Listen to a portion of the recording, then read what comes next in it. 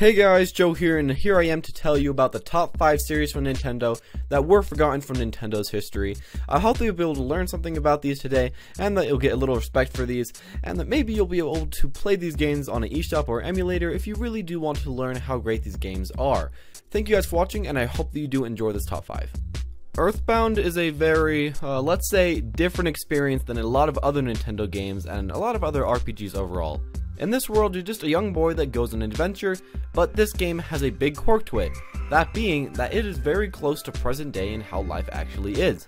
Many of the layouts look similar to everyday life, and you can either buy regular food, or get money transferred to your bank account via a simple call to your dad. All these ideas were great and made the story very good. I think some of these reasons are the same reasons as why it wasn't bought very often. I mean, let's put it this way. If you see a game about playing the military or a terrorist or playing them versus each other, then see a game about a random kid in a normal looking human environment, then what would you choose?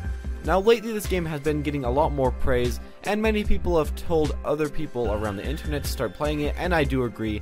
This game was one of the best experiences around to many people, but probably just wasn't picked up in your childhood because the box art and other stuff around it doesn't look very appealing, as I said earlier. It was, and still is, pretty forgotten, but I feel many are giving this game the second chance that it does need in order to get back into the light. On this title, I am going way old school. Lots of people don't even know about this game, but I feel like they should. As a kid, it was one of my favorite games to play, and holds a little special place in my heart. This game was, of course, Secret of Mana. The story was great and the characters were okay, but the real bonus of this game was the weapon.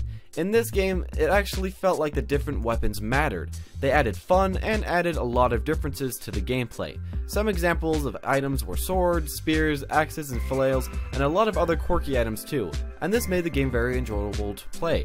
It was one of the first good multiplayer RPGs that I've ever seen, and I do think that should mean something.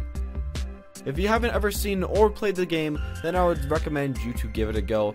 It will give you one of the most entertaining experiences out there and is a very fun game to play.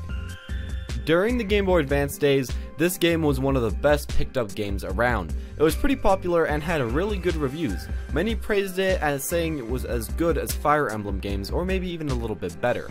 But lately, the franchise has quickly dissipated. Many people don't know about Advance Wars anymore, and the game just isn't the powerhouse that it used to be.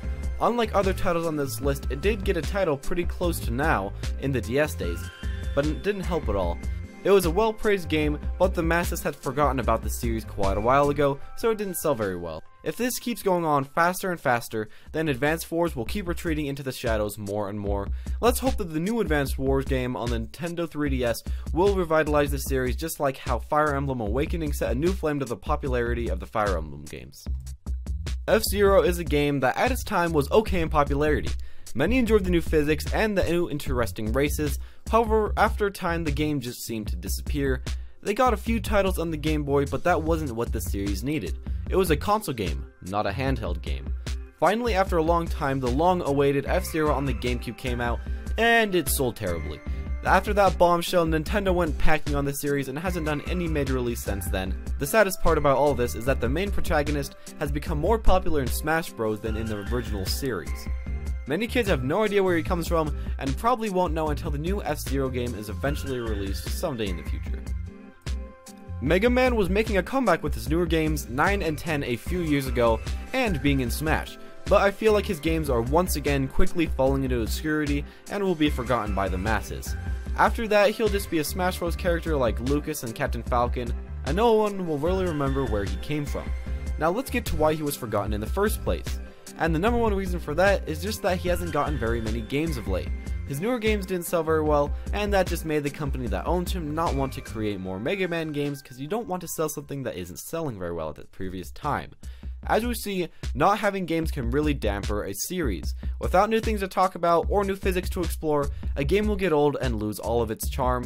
Now I think the only way to make Mega Man still stay relevant is to either remake 1 through 8 for the Wii, or just make some new games for the Nintendo consoles. I know that Mega Man isn't owned by Nintendo, but the series is very well suited toward Nintendo games and their history. In conclusion, I think Mega Man will slowly get more and more forgotten unless his creators take action and put him up for some new steel in his new games. Thank you all for watching this video. If you did enjoy it, make sure to leave a like and comment down below telling me what you thought were the most forgotten games by Nintendo. Thank you for watching, and I'll see you all next week.